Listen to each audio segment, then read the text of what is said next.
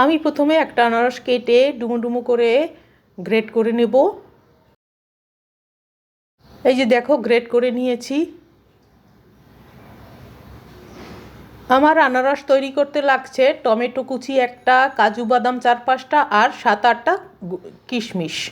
এবার একটা কড়াইতে তেল দেবো 1 চামচের মতো, তারপরে 1/2 চামচ পাঁচফোড়ন দিয়ে দেবো। পাঁচফোড়ন দিয়ে গ্রেট করা আনারসটা দিয়ে দেবো। আনারসটা দিয়ে সামান্য জল দিয়ে সিদ্ধ করে নেব। দিয়ে দেবো একটা মরিচ কুচি, শুকনো মরিচ কুচি। তারপরে নেড়ে চেড়ে ঢাকা দিয়ে দেব সিদ্ধ হওয়া পর্যন্ত। এবার ঢাকা খুলে দিয়ে দিব টমেটো, কাজু বাদাম আর কিশমিশ। এগুলো দিয়ে নেড়ে চেড়ে আবারও ঢাকা দিয়ে রান্না করে নেব প্রায় 4 থেকে 5 মিনিট।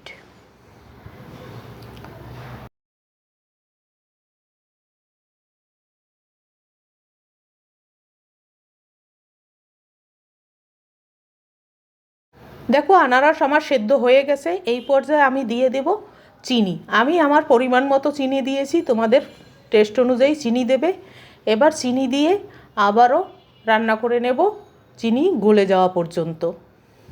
দেখো চাটনি প্রায় আমার রেডি। এই পর্যায়ে দিয়ে দেব সামান্য লবণ আর 1 টেবিল চামচ লেবুর রস।